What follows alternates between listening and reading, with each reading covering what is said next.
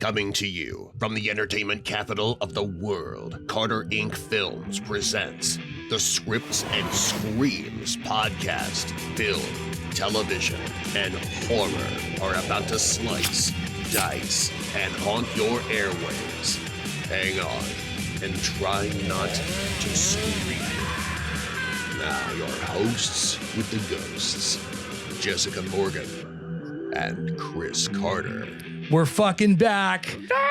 We can't get rid of us. They've tried. They can't. And we have a guest. We have one of our favorite guests, a frequent haunt goer. She comes out to LA with us every year. We do a shit ton of haunts. Jessica's sister, Lizzie Morgan. Let's welcome Lizzie, everybody. The best guest you could have. She's here. Everybody, she's here. Wow. What a warm welcome. Yeah, we've got a big crowd tonight. Big crowd tonight because we're talking about something that I think all of us are excited about. I honestly have to thank Jessica for this because and I'm not going to say what the title is. We kind of have this thing going on where we don't talk about what it is and for a couple minutes. Where the first time I played this video game, it was because you let me borrow it.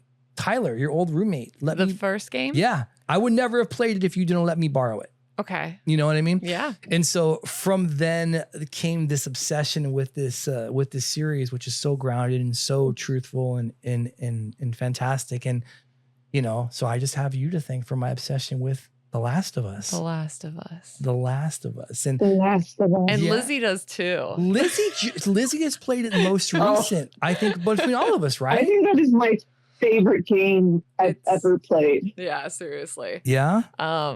And so I think what we're doing with this little series, right, is we're watching season 2, just came out, Last of Us season 2. Right. And we're going to talk about it from the perspective of not only like writing, filmmakers, things like that, but the perspective of people who've played the game as well.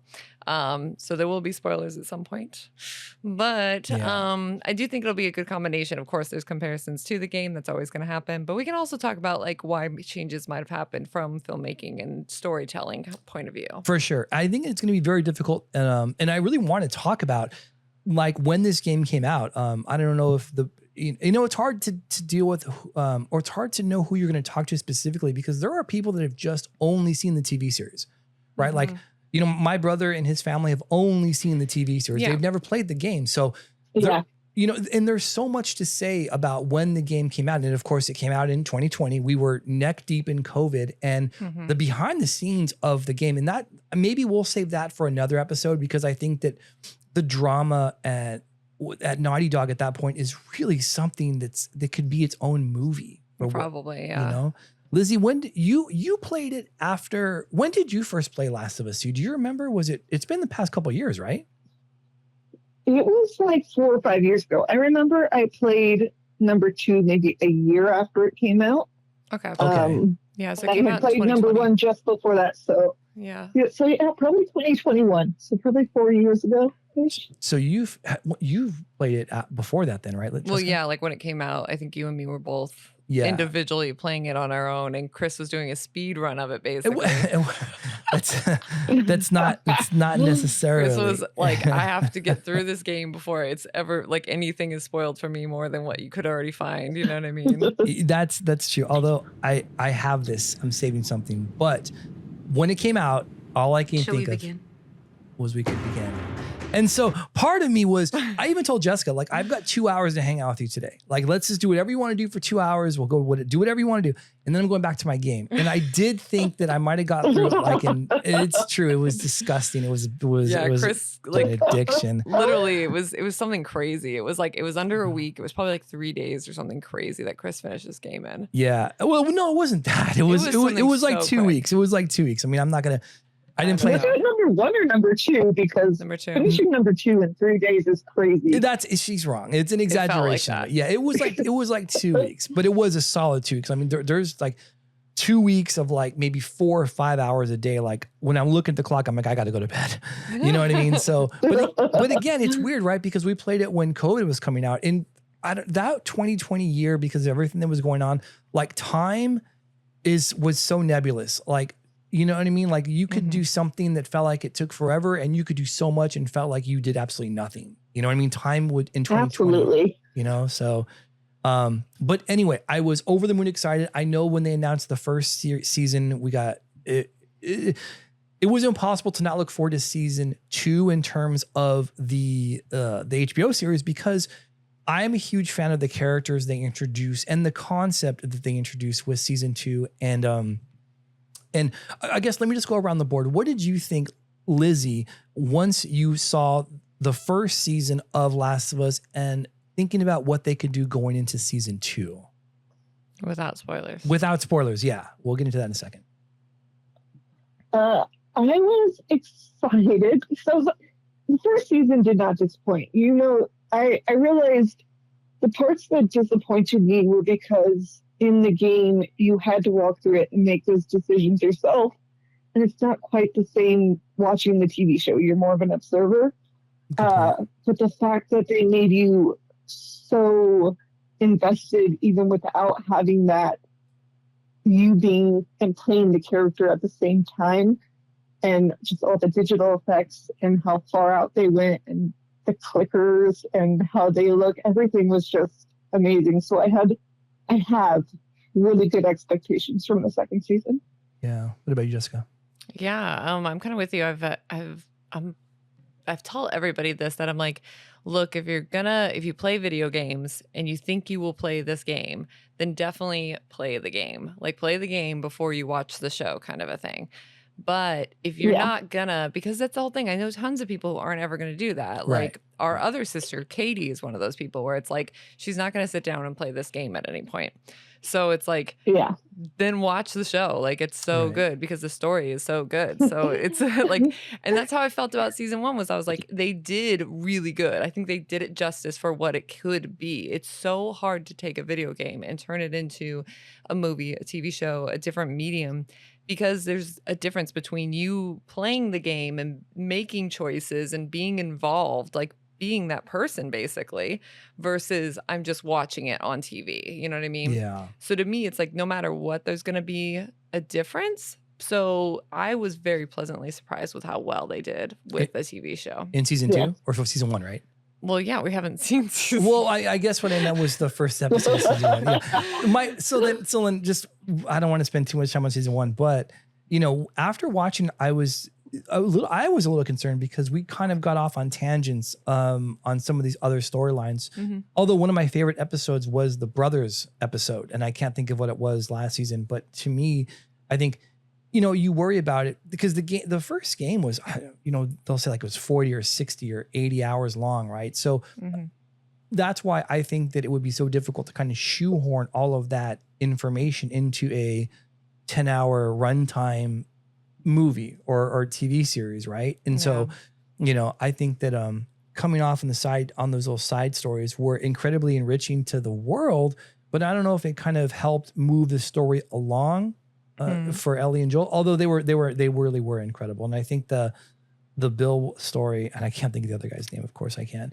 I think it was up for an you're Emmy. talking about Bill. Yeah. His boyfriend. Yeah, which got horrible grief online. But really, I mean, it won of course, awards. yeah. And Nick Offerman's like, I think there was a quote where they said it's a great story, but why did it have to have 2 gay people? Bill and Frank. Bill and Frank. And Nick Offerman's like, because of assholes like you that just see it as that and not a love story. And I think that was such a great comeback for that. 100%. Like that's my thing is, and it'll be a theme I think throughout us talking about this and going into season 2. Yeah. Because the game itself already had some backlash and stuff when it came out. So there are people out there who, you know, like they're not afraid to represent underrepresented areas of civilization and things like that. And so there are some people who take great offense to that still, unfortunately, out in the world. Yeah. And so there was a lot of that for the game. And I think I'm interested to see when we get to that in the show. But it's unfortunate. So I am over the moon excited about season 2. We get the introduction. Can we start talking about characters now that we know that have been announced to come out for season 2? No spoilers, but I my excitement cannot quell when we talk about Abby. I think I'm a huge Yeah, Abby. we can talk about this episode without spoilers for the game or what's coming forward, Yeah. right? All right. That's as fair. much as you can. All right. I was like, I think Chris might know something I don't even know. I know. There was a moment where I was like, what character? No, not at all. It's just the Abby character. I think that after playing the game, and again, not to get into spoilers about the game, I really resonated with Abby's storyline. I think that the overarching kind of theme of violence, I think of course, that kind of resonates with me. And revenge, right? Yeah, well, I mean, let's take it easy. Let's not paint me to be a fucking monster, but Chris likes the revenge theme. I do. He digs the revenge. Righteous rage is a fantastic element in storytelling, and so I was super excited when. How did you feel when they announced who was going to play it? Well, I like Caitlin Devers a lot. She was in. She's been in a couple of. Is it Dever? I hope it's Devers. If not, I just destroyed it. I think it's Dever. That was Caitlin. Well, I might destroy it too. Sorry, Caitlin. Yeah, you're a wonderful actress. You're Abby now. Yeah. Let's just call her Abby. She was on a couple of shows on Hulu that I really dug, and it's funny. They do a side-by-side comparison, and I don't really like to. This person looks like the person they're playing in the video game. That doesn't, to me, when you're in the creative arena, it's fluid, right? They're not based on factual people. This guy made this shit up. So, but it does help people. It does help people. It helps the believability get across the goal line. And of course, the people we're talking about are the people that have had played the game, right? Because like I said, Katie and my brother David, the people that we're talking about, they have no idea what Abby fucking looks like. So for people that we're going to see only the TV series, doesn't matter. It's the people that they call themselves the diehard fans, like the toxic Star Wars people. You know what I mean? Mm-hmm. It's to appease those people. Yeah, dude. And that first scene where she's in it and she's Abby in the show, oh my gosh. I immediately was like, I'm a fan. Like, to me, that read so Abby. Yeah. I don't know about you, Liz. Yeah. Yeah. I saw it right away. I really liked it. I saw her in that character. And I remember, I think on the podcast, they talked about this, about how, Abby is shown as very strong in the game, but you can't quite always fit the character to an actor or actress. And I was like, absolutely, but she still is Abby. You can just tell. Yeah. That's how I feel about it too. Is I was just, especially like I said, sometimes you're like, oh, that could be cool casting, and then you have to kind of see them actually do it. And for me, I was like, that one scene, that's all I needed. I'm solidified. I'm in. The other ones that I'm up for debate still. They didn't name the other characters, was something we noticed. That were standing around with They're Abby. named on IMDb though. They are. And we kind of could pick them out. I think if you've played the game, a lot of them look pretty similar. There's only one that didn't quite look similar to me. But the rest of them looked very similar. And I was like, I don't know. It's cool. I'm not sold on them yet because I don't know enough, but we'll see. But they're passable, right? Yeah, sure. Right? So, I guess we'll see. From the one word that one of the other characters said, Yeah, right, exactly. They had a couple little lines. One of those dudes is in Top Gun. Oh, really? Well, yeah, Danny Ramirez. He was he was a fanboy in Top Gun. He's one of the guys that at the end. Anyway, or I'm sorry, it's Maverick. I should apologize. Yeah. Yeah. Okay, so I'm ready to talk about the episode. What we can kind of expect, maybe going into episode 2. Okay. So we're only talking about this episode, and maybe we'll run the spoiler flag up in a little bit, or when you guys are ready for it, because I'm always ready to talk about spoilers. He's ready now. He can't wait till we get there. I know. I really can't. You really can't. I really can't. Jessica's like, hold on, we need to talk more about it. I think something that stood out to me, without spoilers and things like that, the thing that stood out to me is that they're digging into Joel's past a good amount more in this for this intro, I think. And part of me thinks that is kind of like a catch up from the first game and things like that, or maybe we just have to push some of this forward, you know what I mean? But in the first episode, I felt like we had a lot of Joel learning kind of where he stands, or a little bit more about his past, just in not heavy handed, but it's there's the scene that they have the therapist with. I love that. Catherine Which O'Hara. therapist is a new character for us, right? Like we don't have that in the game. Yeah. Absolutely. Yeah, Gail. So she's new, and we got to kind of hear her kind of call him out and eventually and say that like he killed somebody, which was her husband. And my favorite part about it, which of course we don't know the details of it yet, that also wasn't in the game, like I said. Although the name of the characters in the game, Eugene, the husband, he exists in the game, but we don't know anything about him, basically. So she says in this episode that she's all like, I resent you and then I hate you for actually killing him. But it's not about you killing him. It's about the way you did it. And that for me stood out right away where I was like, ooh, that sounds like, you know what I mean? There was something brutal or bad or terrible about it. Or moralistic too. Yeah. And so to that right away, I was like, there's already something in there. And especially the way he kind of just sits there and takes it. You know what I mean? I don't know. That was something that I was like, okay, they're kind of digging into a little bit of that past for Joel, I think. Yeah. Another moment was with at least we get to kind of see where he stands and what his ideals are. Is like when he was sitting there with the lady who runs the freaking place or is on the board, I guess, or whatever. Tommy's wife. Yeah, Tommy's wife. What is her name? I've forgotten her name. Maria. Maria is there and talking about we need to keep building. We have too many people, too many refugees, and he's saying, well, we need to turn people away, basically. You can't. If our ship is sinking, we don't take on more people, kind of a thing, which is, again, kind of a brutal way to look at it. So it's like, I feel like we're getting these sort of reminders that it's like Joel can be kind of brutal. Like as much as we've seen him soften up through Ellie in season 1, it feels like I'm getting reminders here at the top of this season that it's like Joel's got kind of a brutal side to him. I've got one thing to say about that. Yeah. You had my curiosity, but now you have my attention. So there's a couple of things I want to say. Lizzie, do you mind if I just hop in real quick? I just want to bring some things up. You up take over. I'm good. Okay, good. So the big part of, I think, going back to what Catherine O'Hara is saying, I wonder if, because you made a great point about how we, the audience, became sensitive to Joel. Yeah. Right? We see him, shepherding and mothering or fathering Ellie as, he does, and he actually becomes her paternal father, her paternal figure. But like I said, he's done horrible things, and we never see it. They always, left that out. We see it from what was Anator's character in season 1? You remember? Yeah, Tess. Tess, thank you. Tess says they're not good people. You know what I mean? They've done terrible things. And there's kind of like, right. We had that whole, when we're kind of in that Tess episode, it's sort of, we get to see that they're dealing with bad people at times. They're getting beat up. They're doing all this. And it's very like, this is normal for us. Right. And so, but she says, you can make it right. Save who you can. Like that's, your redeeming point. So we've always seen the good side of Joel for the most part. And I think, for the most part, that's we haven't dug into it. Well, that's the director's choice, right? They want you to like Joel. Right? He still had a journey in the season 1, right? I mean, we got to see him be very cold-hearted. Yeah. To like, I'm gonna, now I've opened up for Ellie, basically. So I'm wondering. I didn't think this is like a half-court shot. Okay, but write it down, people.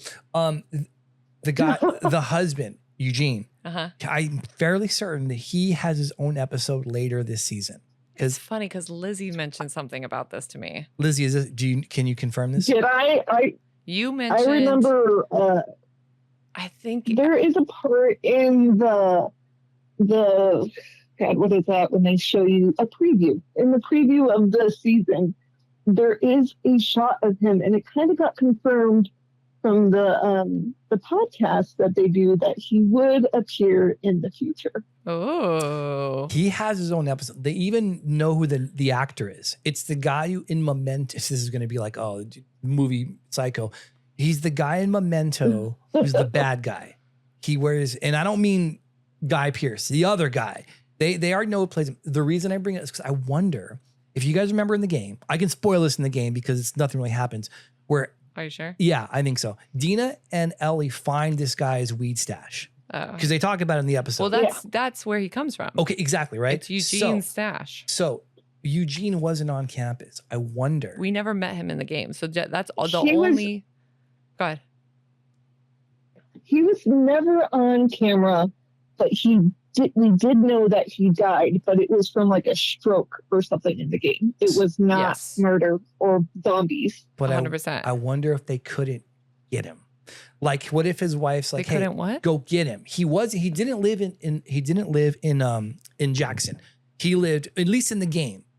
And so I think maybe he was off site and he got stuck outside and in between. Well, he was near one of their like checkpoint things, right? So like, if he were surrounded, so if he were surrounded, you know what I mean? It might be one of those things where you chose to not get him. So when she says the way you killed him, it was an inadvertent. I killed him by not saving him in a way. So I write it down, people. It's going to happen. That's your prediction? Yeah, that's my prediction. But and again, guys, this wasn't in the game. Not a spoiler. This is completely conjecture. Like literally, it was a name basically in the game, and you saw like a location that this dude like stuff. Frank, but yeah, right? Yes, like I mean, you kind of saw Frank, but he wasn't alive. Oh no! I know. Sorry, guys. It's so dumb. I was going to say, I don't agree with Chris. I don't think that's going to happen because, like Tristan said, they're trying to show the brutality that we don't really see the side of, oh my gosh, I've suddenly forgotten his name. Joel. The main character. Joel, yeah. Joel. They're trying to show the, more rough side of Joel. And so I don't think it's going to be that simple. Interesting. I hope so. Like I'm in for some horrible moralistic decision making. Like to me, that's great motivation, and I think that we are going to get it from our two main characters. There's no motivation like revenge. People say it's love, it's revenge and hate. People, it just is. But no. Yeah. Oh my God. But yeah. So for as far as all right. So can we just run the spoiler flag? No, not yet. I knew it. All right. I know. All right. So, I know, because we still have to compare some of the things that are in this episode to the game, right? Okay. And like, can we talk about? What? I know it's like I would be jumping to Can the we end. talk about the relationship that's kind of having some problems? Yeah. Yeah, we should Ellie? probably do that. God. I want to talk about the Dina Ellie relationship too, but we'll talk about Joel and Ellie first. Yeah. Go ahead, Liz. Yeah. I will say that was one thing. I looked forward to season 2 so much, but I also just knew it was going to hurt because the moment you start playing the game, you can tell Joel and Ellie have this something going on, this separation. They're not as close as where we left them. Yeah, very strained. And you're just like, what the hell happened? And so coming into the show, I was like, I know we're going to start there. And it's just so painful. Oh, I know. I think a lot of people kind of were having that too, because it's just, we went through that whole journey with them in season 1. So it's like, you just are like, yay, like they're here. But now there's something that's in between. And, we get to hear like that through, again, like having that therapy session, which I think was kind of why they probably added this in, is because it's like, he can't, like he's not admitting it to anybody. You know what I mean? Like we see he's not telling anyone what he's done. And he can't, it's like even in therapy where it's like, this is the one moment, you know what I mean? She kind of lets out how she feels about him and stuff. And it's just like, I promise you, like, tell me whatever it is. And I promise I will help you. And, he has a moment where he looks remorseful for a bit, but then he just like kind of stops and is like, I saved her. Like very, and it's so like, I don't regret it, basically. Like it comes off that way. Like what other choice did I have? It comes off. You know what I mean? Like, what else could I do? Resolved and stuff. But I gotta say that's a part of the game that I love. I'm happy that it's here still at the same time, because it as much as it hurts, there's like that guilt that there's something. You know what I mean? It's like it's the secret, it's the guilt, it's the festering, it's the, I love that they started the season off with looking right back at that last moment of just like literally being like, hey, tell me or whatever, like, are you telling me the truth? Is everything you said to me that happened with the fireflies the truth? And he says, yeah. And then she goes, okay. Like, I'm so happy they started with that moment again. Especially in the game, that she does not believe him, that she knows something is happening. I mean, that's how we felt when we talked about this, like at the, in our podcast at the end of the first season, was it's like, her face is kind of saying it all. Bella plays that moment perfectly. She does. I mean, it's great in the game and it's just as good in the show where it's just, she's like going through the emotions of it. And then she accepts it, but it's like, she doesn't really believe it. You know what I mean? It feels that way. We have no confirmation of that currently, but we just like, are like, it feels that way. Yeah. Yeah. I think them starting that really kind of gave everybody the entry point to where the mentals were for all of the characters, right? Because I think even Lizzie, you're citing the pod after the show. I'm sure you did too. After the episode, you stick around and Truckman and Mason talk about the fractured relationship between Joel and Ellie. It's like in the game, you have time. I think you start. And you would remember this better than I would, Jessica. Like in the game, they're already upset. Like you come into them being mad at each other, right? So, and you have a little bit more time, I think, to stew in that, to kind of take it in and to wonder. Here in the episode, I think you have a little bit less time because I think it's a 7-episode series looking ahead forecasting. There's a lot that we have to get through in terms of the story they're going to tell in 7 episodes. So we need you to feel bad immediately. And this therapist session, which by the way, Catherine O'Hara kills it as his character. I love that this happens on her birthday. She's sad. Then she's mad. I love that it's so like, aren't you supposed to validate me or things? She's just like, I am, but I am, but I'm not going to. But I think it's so human. I just enjoy that interaction. I think it's adds such a layer to his pain, and also to the guilt about doing something that like you're ashamed of. You're so ashamed of it. You can't even say it out loud. Well, yeah. I mean, he's lying, right? Like that's the whole thing is it's like, even if, I mean, there's gotta be. He never said it. She said it. And all he said was, I did the only thing I could do or something to that effect. No, we just saw it. He straight up lies to her. Well, but like he didn't say that's. He straight up lies to her. They have he says, I saved her. And that's basically it. And it's true. He did save her. But you're right. Like he agrees that he hurt her though. Yes, he does. Yes. 100%. And so who's that? Yes. Agreed. Yeah. No, I'm with you. It's so complex, which is why it's so delicious. I mean, we said that for the first game / the first season of the show. Yeah. It's like this story is so good because this complexity. You know what I mean? And that's where the game ended for the first one. That's where the season ended. And it's like, it's perfect. And now we get to come into this season and it's like, you're like, we're going to have this secret that's here. Like what's going to happen with it? I think obviously for the people that didn't know, right? Like you have a really good take on this and we'll get to it later, Jessica, too, where it's like, they probably have to split the season. Well, by the way, this isn't a spoiler. They've already announced it. No. Season 3. Yeah. Season 3. is in progress. And like for the people that don't know, the introduction of Abby, again, talk about Abby a lot, like that character for what's great about this game / series is that I could care less. I couldn't care less. How do they say that? What's the fucking thing? I couldn't care less about Ellie and Joel. For me, it's all. I'm serious. For me, it's all about. No, okay. It's all about Abby's side of this. That's what I enjoy the most. Look, I get it because you've played the game. Chris is coming from the perspective of him playing the game. Okay, I'm ready. He feels good about this or whatever. But I have to stop us on that conversation because I go like, I'm sorry, that's going too far for these people who have not played the game and who have not watched these seasons. I had heard about a 3rd season, but I did not know it was confirmed. And I was kind of worried about the number of episodes they had for this season and how they get through it all. So are they saying they kind of split it in half? They are saying that the second game is not going to be completed in the second season. Yeah. That's what they've come out and said. They've said that they came out and here's the thing. They came out in some interviews and maybe the podcast, I'm not sure, and said that. And then it's funny, like a couple days later, they announced season 3. So it's almost, I had a moment where I was like, it's almost like the creators pushed for like, because it's, you know what I mean? You're like, if you're going to just go ahead and tell us that there's no way you completed the whole game in this season, You know what I mean? It's like, well, then there's got to be another season.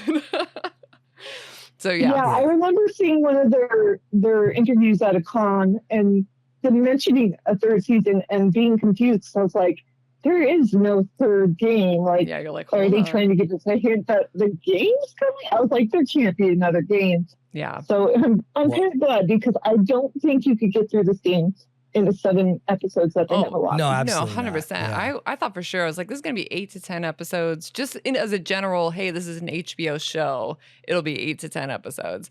And then when it said 7, I was like, oh my God. Yeah. And the fact that it took like 2 years to come out too. Like yeah, Chris was saying that it took 2 years for this to come out. So it's kind of like, oh my God, how many more? We're going to have to wait another 2 years for the next part. And that's what, oh gosh. Well, that's what Craig Mazin said too, the writer and director, not Druckmann, who actually created the game, but Mazin was saying that it's hard because it's 7 episodes and the budget's astronomical, right? Like it's a huge budget for the show. So it costs them a lot of money. But I mean, even if the next season is 7 episodes, so 14 episodes in an hour long each, and they're actually less than an hour. They're probably closer to 50 minutes, 50. Yeah. So like, could you tell The Last of Us 2 in a 14 episode, 50-minute average runtime?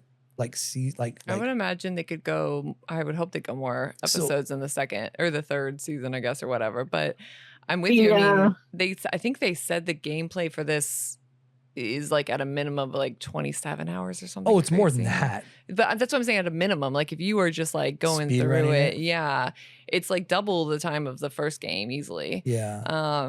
So yeah, it makes sense. I think it's hard too because they are trying to go into backstories that we don't know. They're trying to add to the story.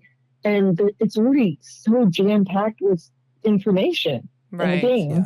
Right. I know. I'm interested to see what's going on with that. Because it's like 2 stories. Not to spoil it. It's like 2 stories. You know what I mean? All right. Gosh. Anyhow. Well, we can say in the game, Abby's and oh my God, I am so sorry. Ellie? Joel. Ellie. Well, I was going to say Joel's daughter. Oh, yeah, that's kind of true trouble right now. But they were not shown at the same time in the game. You did not have both perspectives like you can have in a TV show. Right. So true. There's definitely that. There's a lot you will find out in the TV show, I suspect, that you did not find out for quite some time in the game. Oh, 100%. Which brings me right to the party scene, right? Yeah, the scene. Big dance party scene or whatever with Dina and Ellie. The interesting thing that we can say about the game is we get this scene almost at the very end of the game. It comes so late in the game, even though chronologically it has happened earlier. We hear about it, things like that. We don't get to witness it until way late in the game, which is I don't even remember witnessing it. Yeah, it's a device that's in the game for a reason. You know what I mean? Like, because you just have more time with things that you get to like hear, kind of what happened at that dance. You get to hear about things like that, and they're discussing it, but we don't get the actual scene until much later in the game. Mm-hmm. And so when it popped up here in the first episode, I was like, damn, these people are spoiled out here. Like, but it's for telling this story for this medium. You kind of have to, like, you can't skip over and wait for it the same kind of way, you know what I mean? And do these flashbacks and things like that. You're going to have to be like, let me just chronologically show you what's going on. Holy crap, this scene is gorgeous. The scene, I swear, it's like practically shot for shot for the game. Like it is. Yeah, it's absolutely. Yeah. Like there's a couple little lines, I think, between Jesse and Ellie that changed a little bit, but it's like, but not really. Mm-hmm. Like there is specifically, I think she says that exact thing about, I'm going to give you guys 2 weeks to get back together. And he goes like, not this time or whatever. Like, but that whole sequence, I mean, I swear, even to the movements that these girls have when they're dancing, I was just like, this is like the game. I'm having like, this would be a Matrix moment if I didn't, like clearly they like invented it that way. Having flashbacks. Yeah. Oh, such a beautiful scene. And it was really well done. And also heartbreaking by the end of it. Yeah. Oh my gosh. They actually, I think they did the humiliation part with Joel better on the show than they did in the game for this part. Like I've I felt felt like that crowd in watching the game it was very awkward, but in the show it was just painful. Oh God, yeah. Like that was one thing that they upped a little bit, I would say. It's still like, yeah, like you said, painful, you know what I mean? Like you're watching it and you're just, or like a little awkward or whatever. You were like, this is tense, this is something.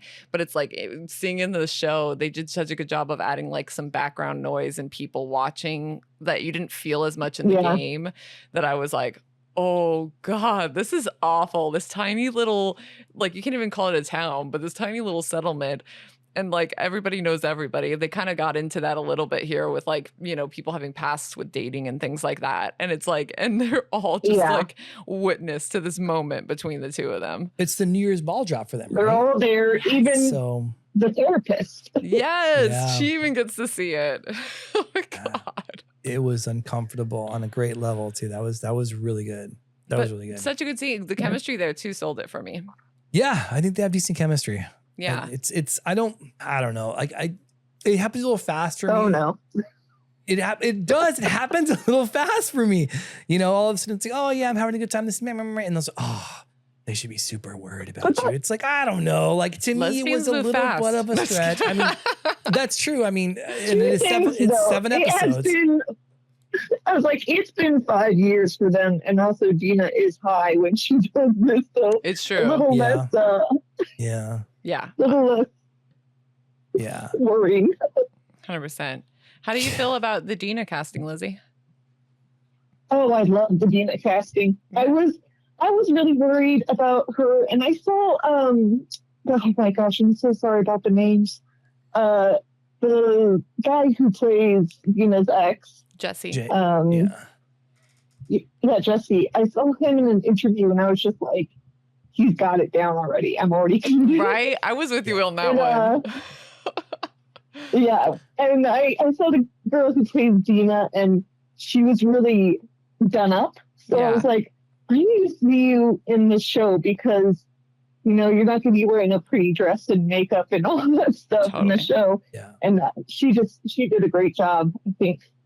Yeah, for me, it's a little different. Like she feels like a different Dina than from the game, but that's for me. Like I just feel like maybe they're playing up the popular part a little bit more, she or seems something. Spunky, like a lot more energy in the TV show than the game for me. The game, she came off like kind of sassy and sarcastic, which made sense for me for the Ellie thing. But yeah, she's kind of more. There's almost a bubbliness to her that was more you for hate me. Bubbly too, maybe.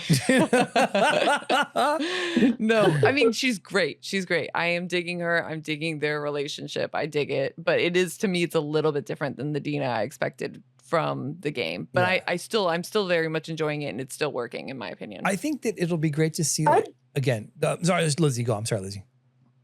I was just saying, I was like, I think it's for me like an Abby situation where she looks different, obviously, right? But it still gives that feeling of Dina to me. Yeah.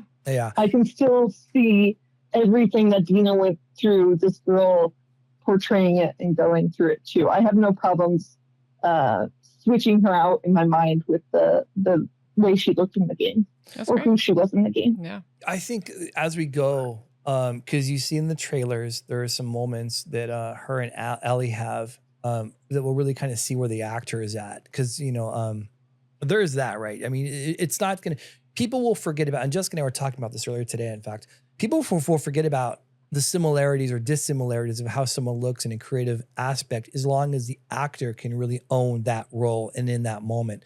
And there are some things that come up that I would like to see Isabella Merced and see, that's the actress's name, see how she plays them out. She was great in Romulus. You know what I mean? But she was in, and also she was Dora the Explorer also, you know what I mean? So like, it'll be interesting to see how she is, because so much of what she as the character is gonna have to really shine will come later. Yeah. You know what I mean? So 100%. This is just the beginning. Can I go to? I actually feel like one more thing. I feel like we need to see more of Bella Ramsey, because right now, I don't know. In the game, it is such a big difference, I think, with Ellie, because she has grown, she has physically changed, but you can also feel the distance in a way. And I think they haven't shown quite enough to show Ellie has changed, but right now it seems more like a kind of like, I'm a grown up, I can do this by myself, instead of showing that she is actually grown up completely. She is going through these other emotions. She knows the truth or suspects the truth. And so I'd like to see some more development in the way that Bella Ramsey's Ellie is portrayed right now, actually. Jessica's a really good point on this. We were talking about this earlier today too. I am with you on this. That's one I want to go first because Jessica's got a great retort to this. I feel kind of how you feel in that aspect. And so I didn't love the casting of Bella Ramsey at first. I don't think she did anything to prove or disprove me in season 1. It'll be interesting where this season goes because as people know, well, you'll just see. But I'm kind of with you on that one, Lizzie. But again, I just wanted to say that before Jessica kind of ruins us here because she ruined me earlier today. So how do you feel about this, Jessica? You're not alone in this, I think, Lizzie. I think there's this kind of what Chris is saying. There was like a little discussion we were having. And I think it is coming from like the filmmaker storytelling point of view. We are picking up for her like right where we left off almost with her for season 1. Like she is very still, I am invincible. I can do whatever I want because that's what she did all in season 1. You know what I mean? Like when she went back in and would find, you know, the things alone and get herself in trouble. Like it's just very Ellie, but like you said, season 1. And so I think that they're playing that up because of the fact that if you played the game, you know there's going to be a change. We have to see growth. We have to see something happen with this character. And I think the second game is kind of all about that. So I can't go into it too far because of spoiler things, but you know, for me, I think it is specifically like purposeful. I think it's for a reason so that when we get to any kind of shift that's going to happen, we're going to feel it. And there are several moments that I think that happens in the second game that if they explore that here in season 2, then they're going to be like, you know what I mean? Like we're going to have a long kind of way to go and it's going to feel so much better when it's like she's gone from this to that. But I do like your point about, I mean, that's my thing is we don't know does she know the truth? Does she not? Is this just a strain between the two of them right now? Between her and Joel. So I kind of am like, you know, currently from our point of view, we have no context of like, if that is she aware of this lie, this truth or not, or if she just is feeling it internally, like is she just lying to herself maybe? So maybe this is all still like that kind of front, you know what I mean? Like this is still very like, especially us picking up after season 1. I think this is kind of right on track of where we left off with her, but you're right, it's been 5 years. You'd think there'd be something. So I don't know. I don't want them to rush it. That's my only worry because I remember don't think they will. In the game the relationship between Ellie and Joel comes so naturally, just over. And I felt like in one episode, they kind of switched from Ellie and Joel being kind of distant, but kind of talking to each other to being very connected. And I was like, I know there's a time jump, but it's weird on screen. So I don't want it to be like one episode she's where she was in first season, and the next episode she's totally different. Totally. I want to see that small change a long time. That's fair. I think they're going to use it as a device, and there's going to be a catalyst moment, and it's going to, you know what I mean? I think that's what's going to happen. I mean, we could also be like flashbacks too, like because you know a big part of that is for that. Can we run the fucking sports not flag yet. up now? One last no, thing. There's no more. No, there's not. No, I have one last what? thing. She's got one more thing. Listen. I promised her this fucks up my plan. This is fucking bullshit. Okay? These fucking assholes. These fucking assholes! The fuck is their problem, man? All right. We gotta get Chris away from the soundboard. And I'm gonna have to take it over again. Look, I just have to touch on that. There was a really cool moment in this episode that if you played the game, a lot of people recognized as like a little Easter egg, which was when Dina and Ellie go into this grocery store shop thing, right? Like they jump in to go in and they sneak around and kill something. If you look around, there's a moment that they look at the scenery around you, and there's like a fridge that has a note on it that's from JC signed or whatever. And then there's like kind of this happy birthday sign that's falling down, a big bulletin board with employees of the month. And then on July, there's a dog that's the employee of the month. This is all in the game, y'all. Like there's a reason we look at all of this, because otherwise you're like, why the F are we looking at all of this other than it being like, this is old society. But that's like pulled straight out of the game. And I was immediately like, oh my God, the game, which is, I know, so dorky, but it is. And then I have to tell you guys, I said it to Chris, but he was in the middle of, we watched this separately for reasons, but he had put in his headphones and missed me saying it to him. But either way, I was all like, oh, that's so funny. That's totally for like the people who play the game. Oh, and people who play the game probably know like this could be foreshadowing of someone's gonna fall. And then sure enough, she like fell through the ground. And again, that's in the game. So that's why I kept saying it, because I was like, right around this area, you end up falling through the floor and getting separated from Dina, and boom. So it's really. My goodness, you remember so much. Damn it, Gump! You're a goddamn genius. It's literally like, it's funny because that note that's on the fridge and like the employee of the month being a dog thing. It's like that's all supposed to be.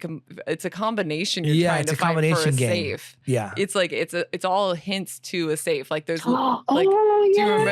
Yeah, safe games. So the note itself is saying something about, you know, or like you find something that says it's going to be about this employee of the month or something kind of thing. So it's like it all links together. It's something you have to solve, you know, like a puzzle. The month and the year, it's 07, and then like whatever year the shit totally. Yeah. So it's like it's a combination you're looking for. And it might stick with me really well because I was in the middle of working on the combination and was like, oh, okay, I got to get back to the safe, but I'm going to check this one last area. And that's when I fell through the hole.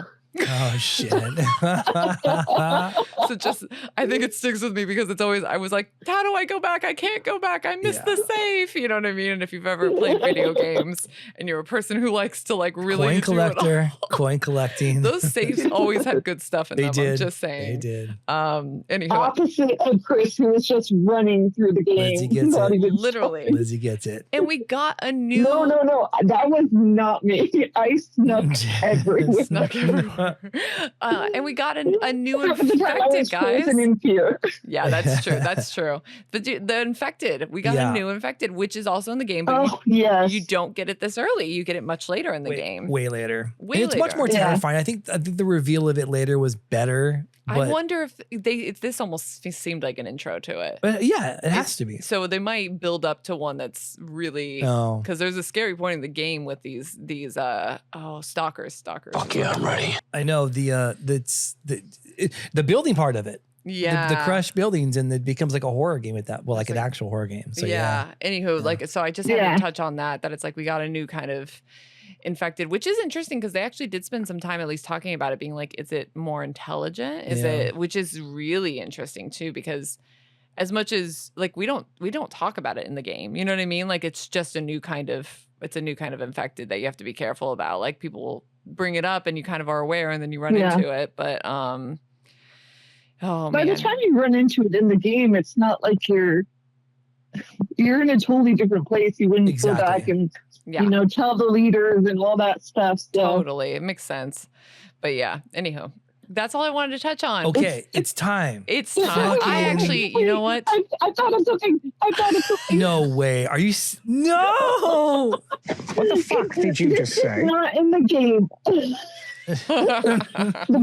Can we please talk really quick about the cordyceps coming through the pipes? Okay. Oh, all right. Yeah. Yeah, that's fair. Yeah. Yeah. Let's talk about because that is not in the game at all, and I am curious where you guys think it's going to go exactly. Right, because so the past we saw that the cordyceps, when they grow like that, like if you touch them or something, they all communicate. The hive mind situation. The hive mind, and it would bring in more. And so that's all I could think when I saw it I was like, it's alluding to that danger. But interesting enough that when it zoomed up to where what was happening at that, like beyond that, it was actually like Abby and the group. Interesting. Well, there is that. If we could talk about it. So, don't I know. mean, it might be alluding to some danger, right? Yes. That's my thought. But I'm with you. They are new. The cordyceps are totally new. I mean, even the bite, when she got bit and she looked down, there was like a little wormy cordyceps thing in there. Yeah. It was so gross. I was like, when she got out the knife, like I kind of knew that we were going to like, she's going to have to change the wound, like and not make it look like a bite. But like part of me was like, is she gonna have to dig out these gross ass worms? Because that's in you. Even if you're immune, that's in you. That's true. That's still inside her. It's like having worms. Like fucking like a ringworm or something. I know. Well, Jessica said it. Oh my god. Anyways, what about you, Liz? Do you have a theory on the cordyceps? I mean, I've seen the trailer and stuff, so I think I know where it's leading, but yeah. I'm just like, where do you go after that? Like, if you're trying to clean out the pipes and remake this city and stuff, like, isn't that always going to be a problem? Get into water pipes then?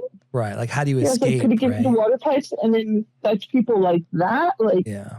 Maybe it's such a cool idea of what could happen on a bigger scale. Totally. I'm kind of with you because it's like it's great. Like this episode is there's a lot of comfort going on here, right? It's a lot of like, we have the settlement, it's pretty secure, we're having a party, like we're not worried about noise levels and things like that. Like so it is kind of cool that they're still like being like, this thing still exists and it can get you when you're not expecting it, like in the pipes and stuff. So that is kind of cool. Yeah, it's actually that's a great point, Lizzie. It's a great point out because then you're never safe.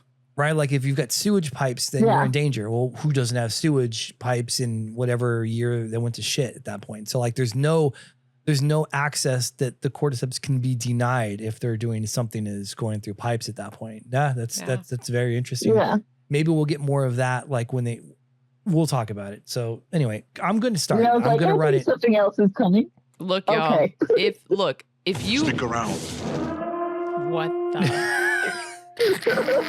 the spoiler flags up. Okay. Hold on. No, are you serious? That's the spoiler flag. It is the spoiler flag, guys. We are in spoilers. I just want to say, if you have any inkling of playing this game, please go play the game. It's too late. No, play the game. It's too late. It might be too late, but it's not too late. Can you imagine? Go play the game first before you watch the rest. or hear that, or this. Or if you're not going to play the game and you haven't played the game, don't listen to our spoilers. Don't do it. Like, listen. Turn back. No. You got to hear everything else. Yeah, That's great. Back. Turn back. Do not listen to these spoilers because it's going to spoil so much for you and it's not or it's going to get you really excited. So keep watching the show. Cut us off here. Come back later when the show is over and come listen to it if you want. But like, no. Are don't you ready? Listen any further. Are you ready? We already did it. Fuck yeah, I'm ready. Okay. All right. I just had to get my last plea out there. I love you all, but I hate spoilers. I can't. The trailer did so much for me. Like the stick around at the end of the second one because this next what's coming up kind of trailer. Because when you see Abby and her crew in the cabin, that's where Joel gets killed. So for me, what?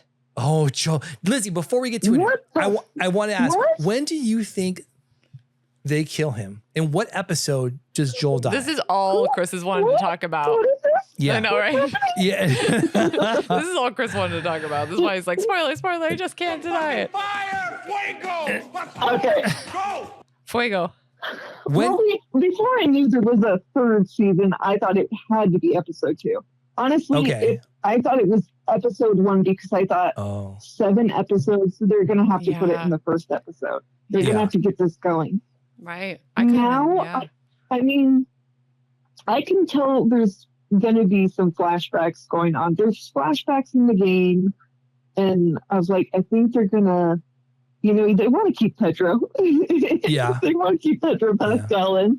But I don't know how they could delay it any longer than the end of episode 2. I'm trying to think of things that happened in the game, but I mean, they're already bringing in stuff that we didn't see until later on in the game, or some stuff we didn't completely see at all. And so I think I actually might be a little annoyed if they delay it for a not good reason.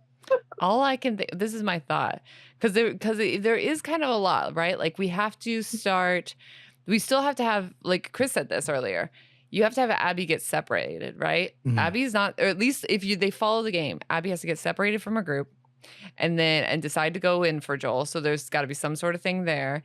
And then they run into Joel and stuff on patrol.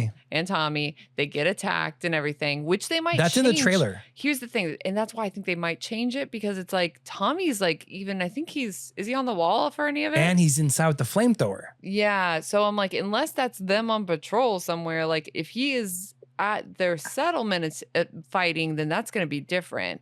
But That's anyways, true. That could easily happen. I think that has to do with the cordyceps in the pipe, and I think that's going to be something way later. Oh, I think that's coming next. Me too. Because you see Bella Ramsey running up on the fence when she's being chased out. Either that's Bella or that's Abby. I'm pretty sure I thought it was Abby at first, but why would Abby be outside and running up the wall of Jackson?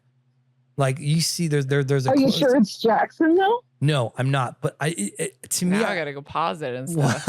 Well, if I'm wrong, I'm wrong. But you bring up a point about Tommy and Joel being separated. I think that makes absolute sense, because they could take Joel, because I mean, I'd like to see them beat on Tommy and Joel the way they do in the game. But at the same time, if you remove Tommy from that, the situation still happens almost identically. In fact, Joel, I think the reason that they put the line in where Maria said when she says he says you're letting too many people in, and she says something to the effect of "we let you in." I think you were a refugee too once. So I'm wondering if he's out, he sees Abby, she gets separated, maybe in like, let me take you back or whatever, and then they end up back at the cabin or whatever, and that's when the event happens. He doesn't need Tommy for that. I think Tommy is back at Jackson holding down, with that big old battle coming in too. Cause I'm fairly certain that happens in the next episode. Like I can't imagine them not doing that in the next episode, especially with the way they ended in the cordyceps being found. I'm sure we're going to get something about Abby and her group getting to where they got. I don't think they kill Pedro until episode 3. And I think they do it at that point because they've got so much of Abby's story to tell and her group and what they had to do to get to see Jackson. And then there's a lot that has to happen, in my opinion, between when they get to that and then how they find Joel. Like those two things don't run concurrent. Like they have to be at the cabin. Abby has to be separated. She has to find Joel. They have to escape that horde, which we've seen in the trailer, which is a very famous shot in the game where she's crawling in between a collapsing gate and they all get out. And I think there's like one of those people movers that were skiing and they get in one of those and whatnot. So, but a lot needs to happen before Joel needs to die. I don't see that all being condensed into one episode, which would be next week's. I would bet money that it's episode 3. You make a good point, because I keep on forgetting how much you see from. I know. Yeah. We felt that. Yeah. We felt that. I keep forgetting how much happens on Abby's end, because you play it in the game completely after you have finished like a week, 2 weeks with just Ellie. Yeah. And so I think I forget that. But I think it's very important, especially later on, probably in the second half of the season, in the end, that Joel's brother is there to witness when he dies. Because I'm with you. That. Yeah. I was like, the way he reacts later on in the game, where he's like, "Hey, Ellie, I can't believe you've given up," kind of thing. Yeah. On going after these people. I don't think that would happen even in the game if he was not there to witness it himself and see the brutality of it. Yeah, I'm with you. And so the only thing I can think is that in the episode 2, I think they would end when we get that moment of like Abby being like, "What's your name?" Yeah. Well, they already got that. Like you'll hear, because there was a lead up to that. But yeah, when they're in a group and they do introduce themselves and they go, "You guys look like you all know." Let me say it. Sorry, I'm just so excited. I know a part. That's a great part. Yes. Okay. Sorry. My bad. That's on me. Yeah, they're looking around. Everyone's staring at them after they introduce themselves, and they say, "You guys look like you've heard of us before." And then she goes, "Because they have." And then she shoots him in the leg and blows off his leg. Anywho, it's terrible, awful. But I'm wondering if that moment would be the end of episode 2. Like, you know what I mean? Like, if we have a moment of just being like, or, you know, when she's right about to start torturing him or something. And then that way we have to jump into Ellie trying to get to him and that whole search or whatever. Yeah, I could definitely see it ending when he's like, "Oh, I'm Joel," and she's like, "Oh, I know."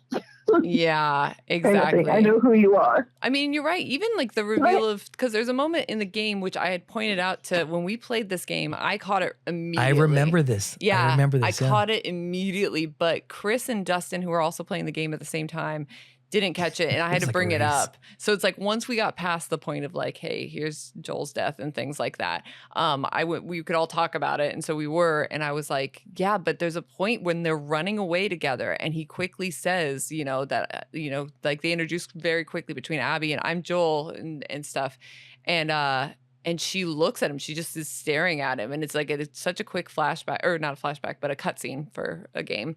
It's a cutscene, but it's just her look even in the game. And I had to show it to them. I had to like go back and be like, guys, just look at this. And then they were like, oh, it is there. I think that's when they're in the people mover. And that might be at this, you have it paused. Yeah. I think it's at that point right there. You have it on the screen. I know, it might be. They may already be there. Yeah. I don't see... I haven't seen Bella in the snow very much in these scenes that are the previews, but I do see they show Joel in the snow. They show his brother, Tommy. Tommy's like even with the group of people firing off in the snow.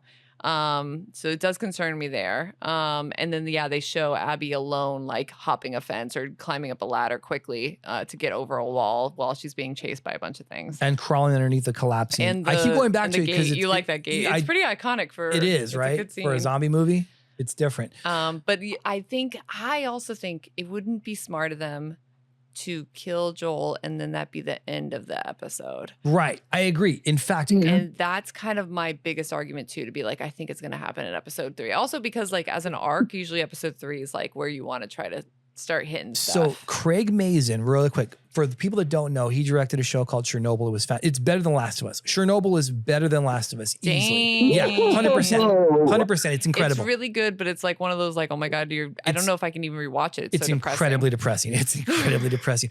And so what he had said in a couple interviews that he had done is that when you write for TV, a lot of people end off cliffhangers to the next episode. What he had done was he'll do that in the middle of the episode. So that way, and actually Game of Thrones did a pretty good job on it too. So that way people, you won't have to wait till the next episode to experience all of that tension kind of fall off. So that's why I think that episode 3 is when they'll kill him. I think people won't come back if they kill him at the end. So, okay. That's my biggest thing. Well, they did it in the very first season, very first episode, Joel's daughter dies. And I thought that was the end of the episode. Yeah. And it wasn't. They kept going. Yeah. It was shocking. And I was almost like, oh, I needed to sit with that for a second. And we're moving on.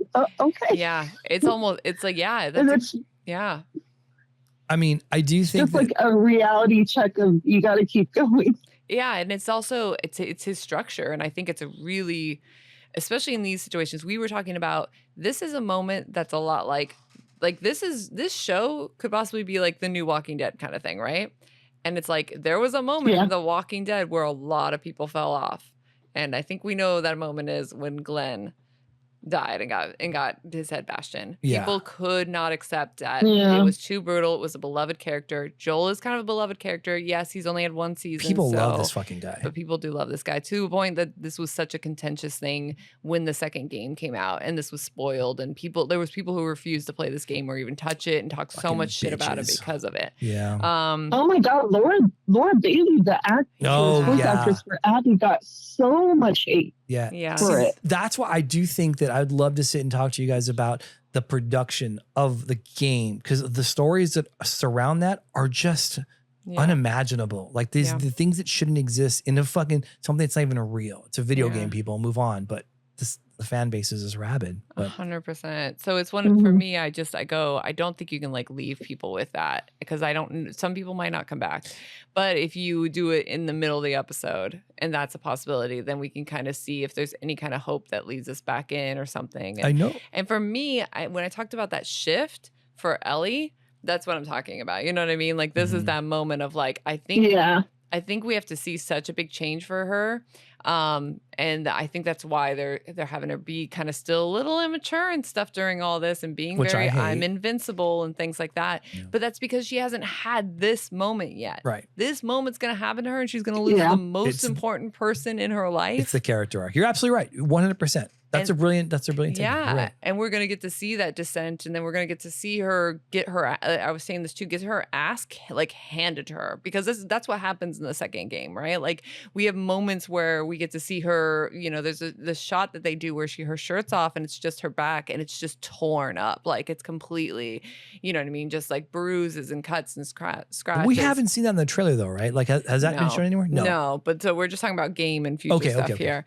Luckily we're in the spoilers, but right? I think it's very interesting. You go in, you love Ellie and Joel, and they've beaten all these hard things.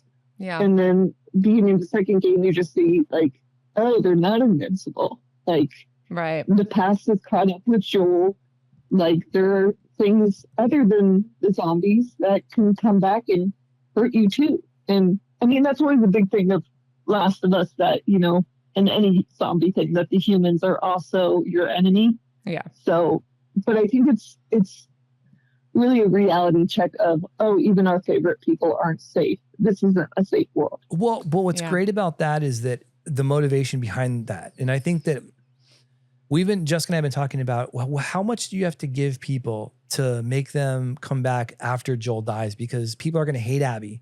I don't think they should hate Abby. I think which is why I think they're introducing it early, right? So that is exactly what they said. Because if you'll just hate this person, never come back.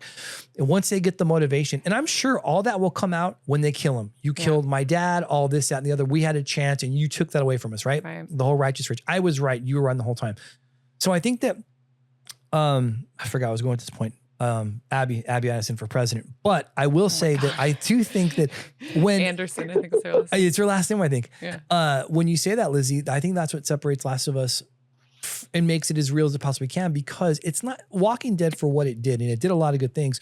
It was very caricature based. Bad guys were bad because they were bad. The military was bad because they were bad, right? But like in this case, people are bad because, and there are some people like that. You see Isaac and the military, funny enough. But Abby herself, I think she was made bad. She was made bad because of an event that happened to her. And then she feels like she's in the right to kind of avenge that. And at the end of the follow-up or the recap, when they're talking to Mazin and Druckmann, Mazin has a great line. I'm sorry, Druckmann has a great line. And Jessica and I looked at each other and said, that was a perfect way to end it. And he says, and I'm paraphrasing here, whoever your characters or you follow or like or don't like, it's going to depend solely. Yeah. It's going to depend on where your point of view is at. Yeah. Your perspective. Whatever the fuck. Yeah. Absolutely. So I think that is such a cool point, because it just depends on what side you're on, and that will be right or wrong and justified. Not like, I feel this way because this is how I feel. I feel this way because you killed my dad. On both sides. And that's exactly it. It is interesting because they didn't in the episode say it was her dad. Like they didn't say that. I swear they did. No, but interestingly, they did not. No, they didn't say. They just were standing around graves and talking about how, which was interesting because then it became more of like a group loss. Like they all were part of the Fireflies, which we did know that, but we didn't know who they lost necessarily. Like, I guess I hadn't ever thought about like who else in the group lost things. It just felt like they were all there for her, for Abby. So, but they didn't necessarily say the dad. And that's the only thing they kind of didn't do in that opening scene. But I'm not going to lie, when they do the interviews afterwards, the cast interviews, they say it there. I think it's even Caitlin says something about when you've lost your dad. And I had a moment where, and that's why it stood out to me. I was like, oh my God, like I don't think they necessarily said it was her dad yet. Maybe that's a fuck up on production side, because they assume. Which happens, by the way. Like it's my only problem with HBO doing these like after interview things. Like I love hearing perspectives and thoughts and things, but they've done that before. Like the newest Game of Thrones series, that has happened before, where they'll mention something that I'm like, I don't know what that is, and it'll be in like the next episode. And it's like whoever is editing it, you know what I mean? Yeah, but they don't catch it, and so it's almost like you have to be careful for spoilers. which is fine in this. It's so funny. I don't want spoilers for the show, but I'm like, I played the game, but I still don't want to be spoiled on where they're going with the show. And you say about I don't remember enough of it that I am like, okay, that's awesome. That's fucking awesome, Lizzie. And look at stuff. That's exciting. It's so funny, but did you so I'm like, there's still things that I don't recognize. Honestly, I recognize the name Eugene, but I had to look it up. So I was like, am I thinking of the Walking Dead Eugene? Totally. I had the same moment. I was like, we don't know Eugene, right? And then it's like, oh, it's the weed guy or whatever. Yeah. But then we got so many more flashbacks and information early on in this than we did in the game, which is, and I think they had to. They have to. They have to move it. I kept saying that. I was like, you can't. If you kept Abby too ambiguous, like people might not come back. We wouldn't have come back. We wouldn't come back. You know what I mean? So you have to already give her the motivation ahead of time for the audiences. So to get on her side, right? And there's a lot of additional. There's a lot of additional. Flashbacks that happen for Abby along the story too, because you can say like, "Hey, this was my father" and stuff, and then I think in the game she finds her father. She runs after, and like bursts into the room, the operating room, and he's already dead. Yeah. When you play as Abby, right? Yeah, that's right. You go through the sirens, and that's true. Also, they need to build a relationship with her and Owen. You know what I mean? Like there's those a lot. Are all flashbacks and stuff. So there's a good amount for that. I mean, I'll say that one of the scenes that I was worried they were going to give us, and then they only gave us a snippet of it, was after the dance when Ellie is coming home, and Joel's on the porch with the guitar. That scene. In the game is the very fucking like last fucking scene, like flashback you get. And it's like the only moment, which is great because it's, if you've played the game, you know, it's literally going to be the moment that they actually have kind of a redeeming conversation about it. And that's the last time they see each other, right? It's literally the last time they see each other. So now the way that they showed it, and if we get to that, it's gonna feel like the last time she saw him was that dance, and then that's what they did, which is perfect because that's in the game. It felt like that in the game. You felt like fuck, like they were on a terrible note, and then he was gone, and that's awful. And so at least the one thing that they did for us in that game, because that game is depressing itself. Yeah, when you get to that end, there's that slight little light of like they almost had to give us a scene of like. No, they said they were going to start working on their relationship, basically, like that they reconciled enough. She wasn't sure she could forgive him, but they could work towards it, kind of a thing. Yeah. And that was like, so sad. But anyways, I'm really happy they didn't give it to us there. I actually thought they were going to. Yeah. So. I actually remembered walking up the porch and I was like, this is different. And I was like, and I was like, that is so smart to just not show that yet. Yeah. And then it's like she can either come back or he's going to go to her, hopefully. You know what I mean? But, or they only show you half of it. Yeah. The other half. That's what I'm saying. Yeah. So it's because she walked past him. So it's like, does she come back up the porch or does he maybe go follow her or something else? Like we're hoping that's a half scene. It's got to be. Yeah. I don't know when we'll get it though. Will we get it this season or will we get it in the next season? That's a great point. I know. Are they going to show it at the very, very end? Because I know. I feel like if they show it at the end of part 2, then it's going to be hard for people to even remember. Yeah, they may have to play it from the top. They may have to play it the whole, like that whole she sees him, walks past him, comes back, right? Yeah. They probably can't just pick it up after she comes back because you're right. Yeah. That'll be like 4 years later. Mm-hmm. And fucking, I want to ask this, and we'll probably talk about it every time we do this. When do you think that they will stop the season? We know they have 7 episodes. In the trailer, Jessica has spotted the Nora encounter. I think we have that. So So we know we're going to get to Seattle. We know we're going to figure out. Yeah, we see the wolf. We stuff. We see the wolves. We see the scars, which that doesn't happen. Oh, the scar much until you're in the Abby part. By the way, that is so integral to Abby's storyline too. Yeah, like that is so much of her storyline. You get a little bit of it. I will say though, there is a part in the game where I thought it was the end of the game. I actually texted Jessica as I was playing this part of the game. And I think Jessica was confused because she knew it hadn't ended yet. And she was like, what part of the game are you at? And I was like, oh, this part. And then she just stopped responding to me. And I was like, oh, shit, this is not the How do I respond to this? It's like, oh. So there is Totally. a part in the game that I think could be a natural ending point because I was like, it is kind of a stop in the middle of the story. I don't know if you guys want me to say it or not. Say I it. mean, this Say is it. We're in spoilers. We've all played it. spoiler. So, yeah. So the part where right before her and Dina move into a house, they're fighting Abby in a theater. In the I theater. think it is. Yeah, in the Yep. theater. Yeah. Yeah. That's Yeah. what Jessica thinks. And Ellie loses badly. She loses badly. Yeah. And it's kind of like an end note, but you also have like, look, I ended, but I'm kind of resolved with that. So I almost feel like it's going to end there and maybe it'll have Tommy coming in and talking to her. But Yeah. I feel like that was the natural point because there's a lot after that. Yeah. So I mean, what happens in the game is there's the theater point. They're all in there together. And she got beat up real bad. Is that where Jesse dies? In the theater? Yes. He does? Yeah. And so Yes. and they show us that where they're hearing a scuffle.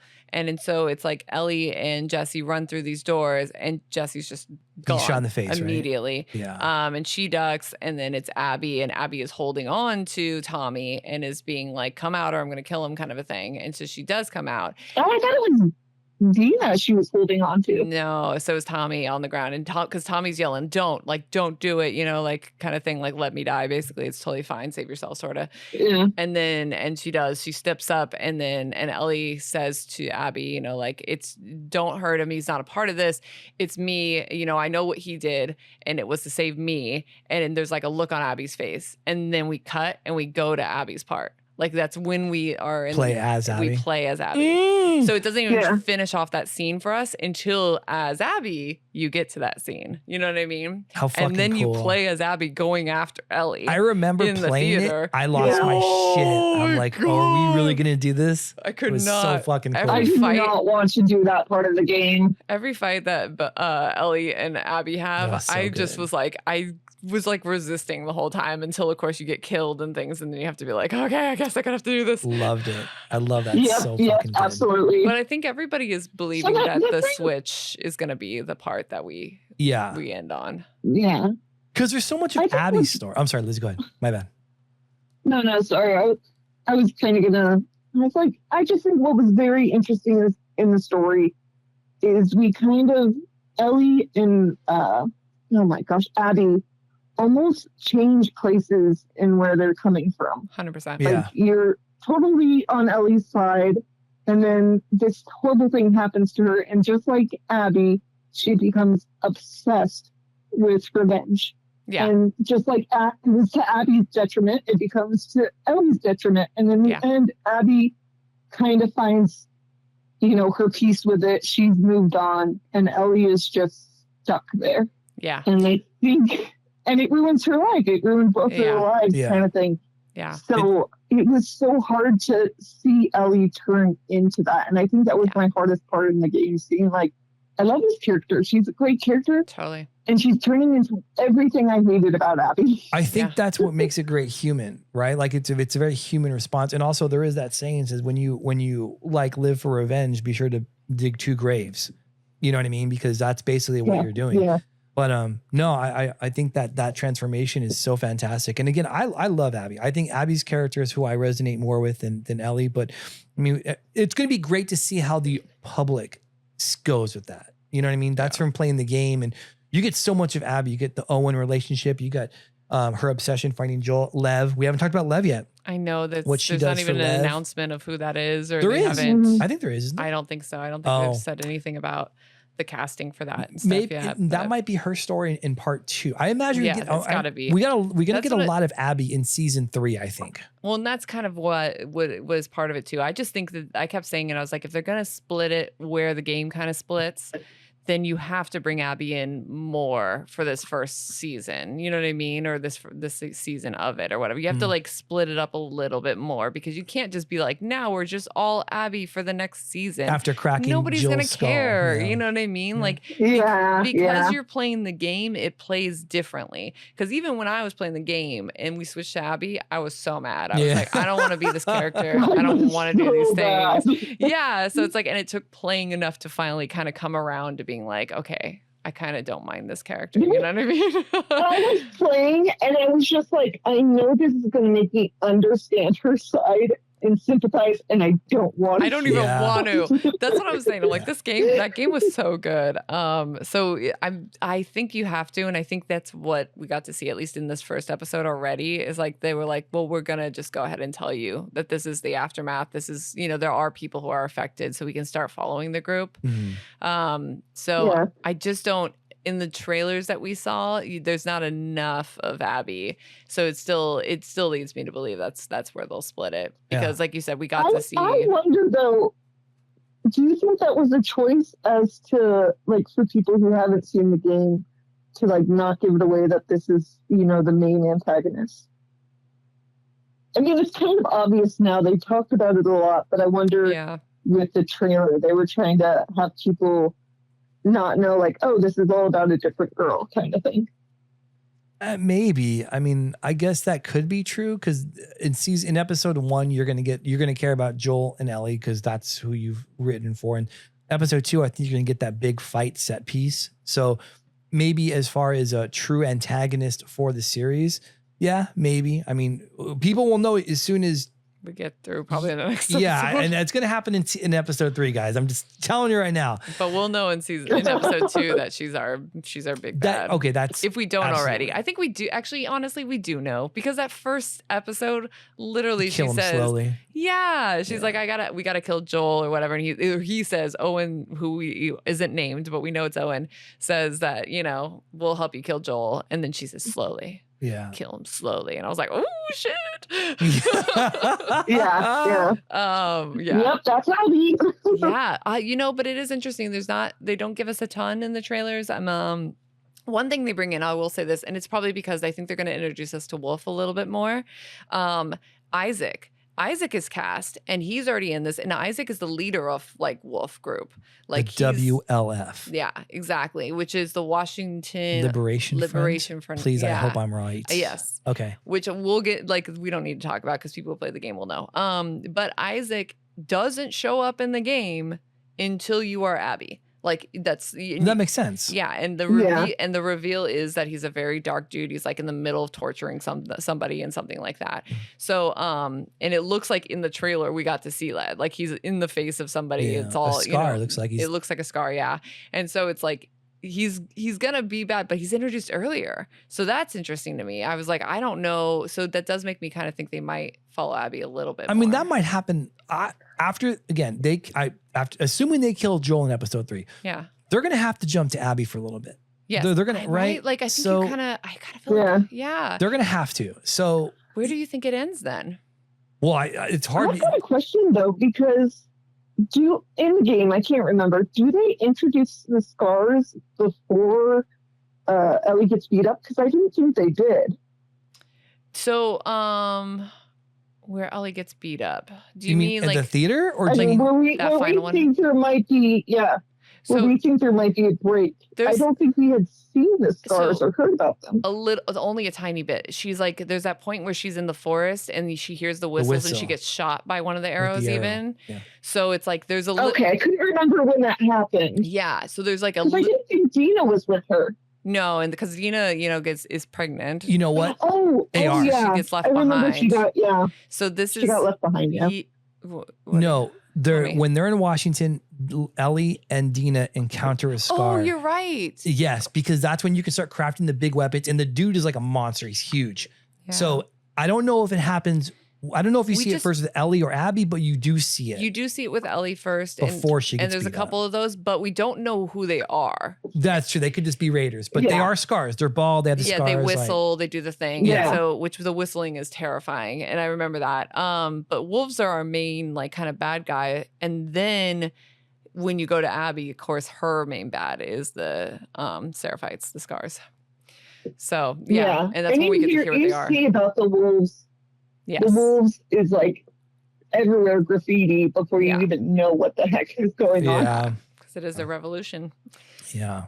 So yeah. You know what? I think. Yeah. I wonder if they're going to split it. No, there's got to be a good amount. The Nora thing has to be big, right? The North thing's got to be huge because it's a compound. She's in the hospital. She takes, and we've seen that in the trailers that she's going to be there. And she's going to take out Nora. And the Nora thing's brutal, right? Like it's her first moment of like full revenge brutality. The other ones, she kills some people before that, but she is attacked like back. You know what I mean? Like it's almost self-defense in it. This is a moment where it's like she decides to kind of do the take your time, torture sort of a thing. And we see a big shift when she comes back over to Dina after that. She's like, that's when she's like messed up and she's, you know, real bad off and things like that. But you know, she loses her humanity a bit. So I did wonder if that could be a place where we start ending. I don't know, but it seems too early. Maybe they could stop it then. That's what I'm wondering. We keep talking about, you know, the theater, in my opinion, is the perfect place to stop it. But the Nora kill, that lets everything breathe too. 7 episodes again, assuming fucking Joel gets killed in episode 3. You have 4 more. A lot can happen in that time to get to that point, I think. But that means we don't get the theater episode until next season. And I just can't imagine. I just couldn't imagine it being like, I don't know. You know, so I'm with you. Maybe they shot these 2 back to back and they're just like, guys, guess what? God, that would be phenomenal if it took this long because That they would shot be it back to back. amazing. Yeah. But again, they haven't It announced didn't the sound casting. like they did it. That's what I'm saying. They haven't announced the casting, and there's no leaks about like there any casting for like Lev and stuff. no Like, there's no way they're agencies, not doing Lev in there because Lev is they like. kept mentioning at the con, like, if we get approved for season 3, if it gets approved, kind of thing. And with them announcing. Unfortunately, I think they saw the film it. And there's so much, like, so many new areas and stuff because Ellie is actively traveling. You have the, you know, aquatic aquarium thing. Love that. It's like You the have SeaWorld. huge cities and just a whole new island they go to kind of thing. That's so right. Like, they end up Santa Barbara at one point. That's true. Jesus Christ. They've got like the city floods. Like there's so much. The crashed buildings It in would Seattle. be such a high production kind of thing. Yeah. Yeah. So I'm looking forward to it. I'm really happy they are splitting it. I'm also looking forward to I believe they said there would be spores, and they're so prevalent. Is in that the Nora scene? The Nora scene. I was like, the Nora scene the Nora alone, scene you where- have to, you know. So they did say spores are coming back, and I think there's no way around it. I just kept being like, it made sense they could cut it in the first season, but second season, like, it's way too relevant. Yeah. I'm interested how we peppered in. Like maybe going forward, we'll have like a half-court shot. We're like, what do you think? What's something that probably could happen, but maybe not happen? Like, we'll start keeping a tally of it. But for now, I think Joel dying in the 3rd episode is going to be my like, hey, just so we know. Yeah. That's my best guess on that. I could see it. I could see it. You know, especially if they want to show more of Joel's past and why like people are coming after him and stuff.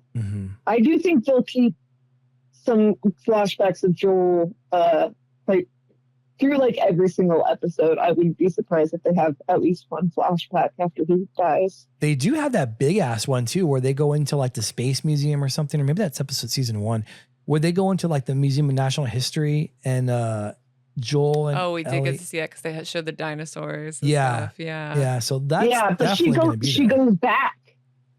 She goes back, doesn't she? And that's where she kind of confronts Joel. Oh, he's dead by then. Admits to it. I think he's dead by then. Yeah, but it's a flashback.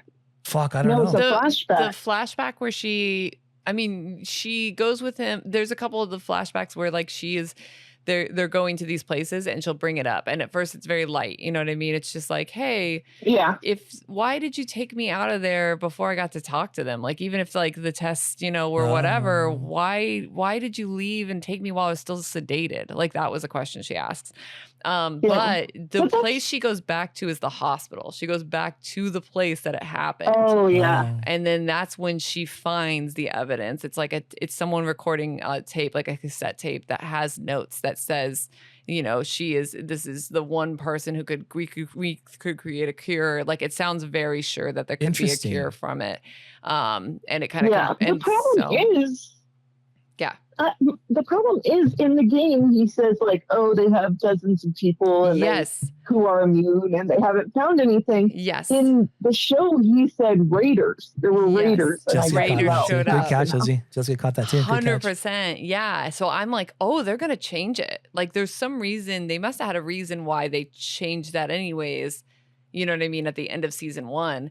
But I'm with you. I was like, it'll be interesting to see what the confrontations are now, because it would be different. You know what I mean? It's going to be a different confrontation every time. Yeah. So, like, is she going back? If she goes back to talk to them because she thinks, you know, someone might still be there. That could be in the first one, but this time it's like she knows people got killed. So it's like, would she go back for a different reason? Who knows? It's very interesting where they could take stuff. Yeah. 100%. I'm really interested to see how the like slight tweaks they're going to do on some of this. All these slight tweaks have so much gravity to, like, you know what I mean? They're not like just throwaways. They all, like, the revelations are going to explode like bombs. And I'm super excited for it. I really am. I think the first episode was fantastic. The Dina Ellie relationship, we'll have to see how it grows. But other than that, I can't wait for them to kill off Joel because of where it takes it. Because of where it takes it. Because of what that crew does to Ellie. You gotta watch out for this boy. I know. Team Abby. I'm Team Abby, and I'm like, what the? A lot of people are Team Abby, guys. No, get out of here. Jeez. No, I'm really excited for it to come too. So and then we'll keep talking every time we get another episode. We'll do the same kind of format. Yeah, every week we're gonna try and do this. Go, Lizzie. This is the first time that I've been both really excited and kind of not wanted to watch a show at the same time. I just know the heartbreak that is coming so many times. I know. That's how I felt too. I was like, it's going to hurt. Dude, it could be worse. You could be the person that doesn't know it's coming. Think about that. Like, those fuckers are, oh yeah, Joel and Ellie are going to get together. They're going to take these people down and fucking kerplunk. No, they're not. So you guys mentioned Katie watching it and having never played the game. Katie watched the first episode in which Joel's daughter dies and was like, nope, I can't.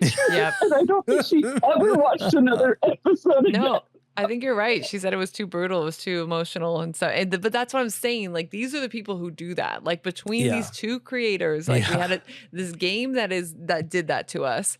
And then last season with Craig Mason and stuff like that.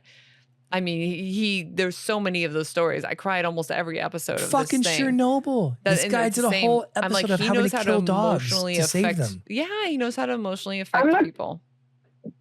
I'm not gonna lie, Chernobyl, the episode I think I cried the most. Well, I probably maybe didn't cry, but the dog episode. I can't watch it. I'm terrified that they're going to bring dogs into Last of Us because they're also a huge part of the game. And it is so painful. Yeah. I know. Dog abuser. Yeah, that sucks. I'm so interested. It's interesting to see. Like, will we see where Abby comes from in that whole compound? We have to. I think we have and to. the other fireflies and stuff. We have to, right? The WLF. Will there be dogs? Yeah, I wonder about the dogs too. Yeah. Because it's hard to do dogs in general. I think we've seen them, but that's been the biggest. Oh, really? I think when they first announced it, you see the dogs, the German Shepherds in the cages in the baseball stadium. Yeah, we may have to go back and look, but I'm almost sure it's very possible. I mean, because it's one.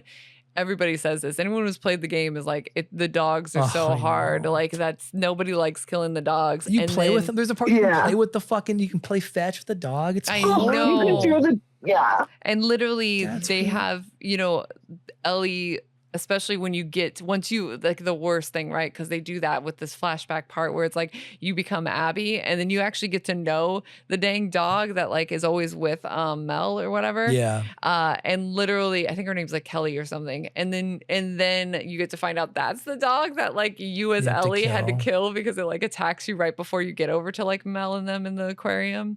Fucking sad. I know, like there's Sad. no way around it kind of thing, but it's brutal. And the thing is, these creators are brutal and they're gonna mess with our emotions because they did that with all these storylines that some of them weren't even in the game, right? And we still got messed with. Yeah. So I'm with you. I think this is gonna be this wrecked me when I played this game, and I'm worried about the show. I'm excited to see what happens, though. What comes from the game. Me too. And which is why I was like, I'm not going to replay number 2 until after I've watched the season, and hopefully no one who doesn't play the game has listened to the spoiler. Yeah, what? it's. Hopefully they turned it off at some point as soon as Chris was like, when he dies. Wait, he did die though. Like everybody else put it together. Fucking. Anyhow. Anyway, well, I'm glad you're along You with this, cannot wait Lizzie. to get that out. I can't. There's so much. There's so much I can't wait to get out. It's true. But I'm really glad you're with us, Lizzie. Yeah, we're excited to do this. We'll be doing it weekly, and maybe even we'll have a couple special editions. Again, talking about the game's tribulations as it came out, before it came out, are just as interesting as the series. But believe it or not, they really fucking are. Like ransom was involved, bribery, fucking theft, transphobia, like actor hate, like all of these things were things that absolutely happened before the game even came out. Yeah. And then but anyway, separate episode. I don't have anything else to say about episode 1. I think that's a good place to end. Lizzie, you good? Yeah. All right. So for Chris, Jessica, and Lizzie. That's me, Jessica. Yeah, not Lizzie. That's me. That's her. All right. We are out.